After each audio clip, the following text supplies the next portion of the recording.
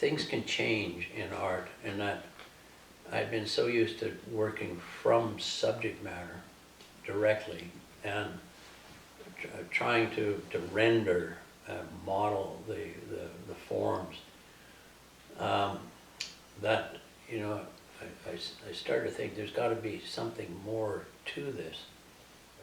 I was running the gallery at the university at the time. It was Marquis Hall Gallery, and I went into the library link and so on, and I transitioned it through that time period. And I had a show in what is now the Snellgrove, organized an exhibition of somebody's work. And I wanted some flowers to decorate the gallery. And a good friend of ours, a couple, Randy and Yoshimi Woolsey, I knew she did flower arrangements. And I asked her if I got a bunch of flowers, would she be willing to help me, you know, set these up? She said, oh yeah, absolutely. So I went out and bought all what I thought was, you know, the typical vase of flowers kind of stuff, roses and lilies and what have you.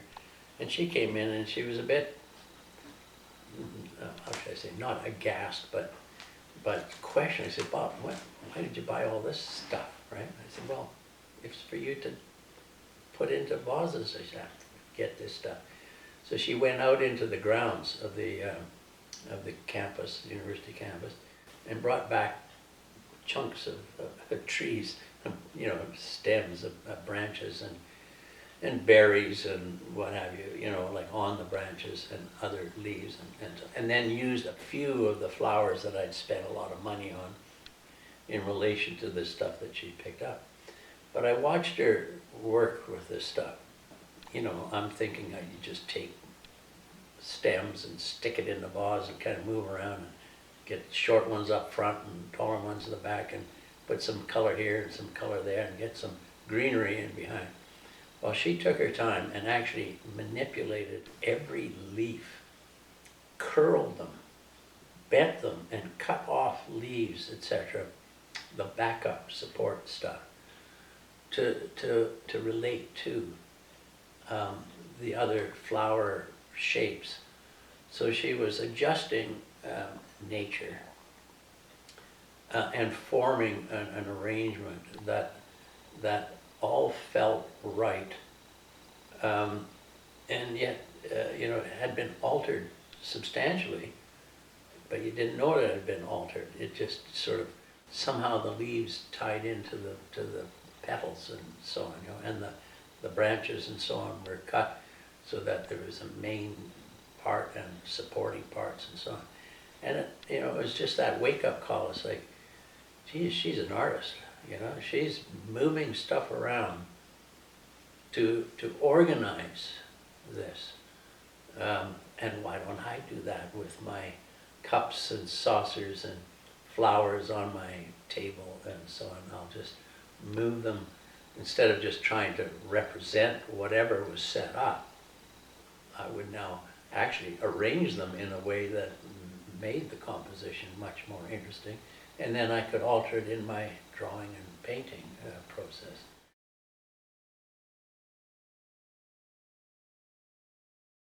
I was at Emma Lake on a number of occasions, but in a particular case, I was there when Stanley Boxer, the American New York painter, was a guest visiting. And Stanley had a vocabulary of about 19 swear words, and that was it.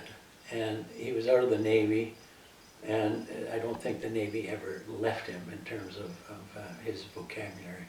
But he was a very good painter, and he did his job at M Lake in that he would walk around through the studios on a regular basis and comment about what he thought about the various works that were being done.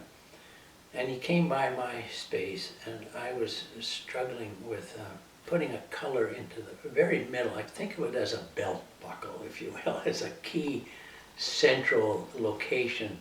I'm sitting there looking, probably having a cigar or something, and pondering this, and I've been doing it for about an hour. And he walked by, and of course all the swear words came out, and said, what the, you know, what are you doing, Christie? You know, like, get working. And I said, well, I have been, but I'm stuck here. I said, I don't know what color to put down there, because it's going to tie everything together. It's a cinch. And he said, well, think of the stupidest color you can think of. So then he kept on going and wandered off, and I'm sitting there saying, well, wait a minute, what's a stupid color, you know?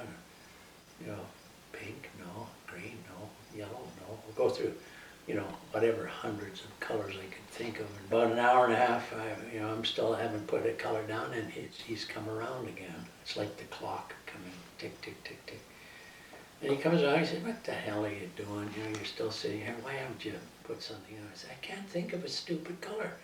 You know, they're all stupid and they're all smart, so to speak. They're all good colors, you know. He said, what about white? Why did you put white there? White. I never thought of that, you know. So I put the white in, and it was right.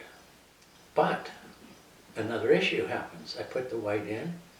It seems to hold the rest of the colors, and he's off doing his rounds.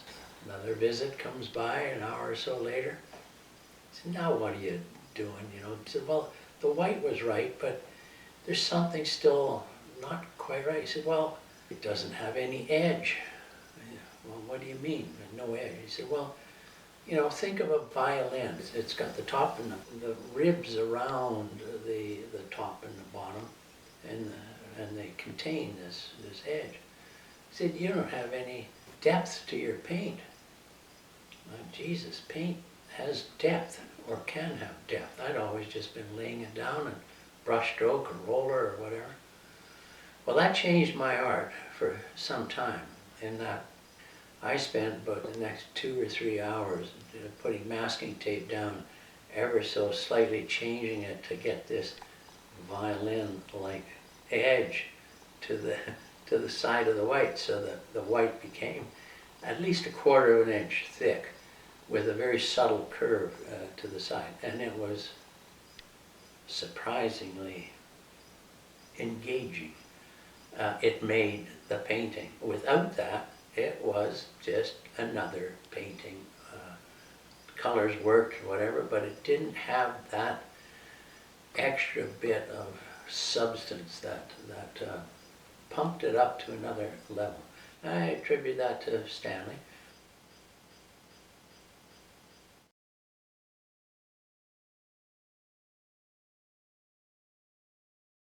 I recently saw a video on the Scottish artist John McLean. The interviewer asked John, how did he determine when a picture was finished?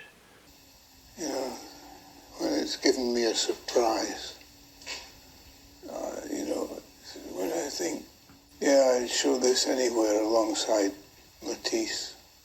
So, in terms of making art, at least from my experience, and I'm pretty much sure in terms of John McLean and others like John and myself, are working abstractly.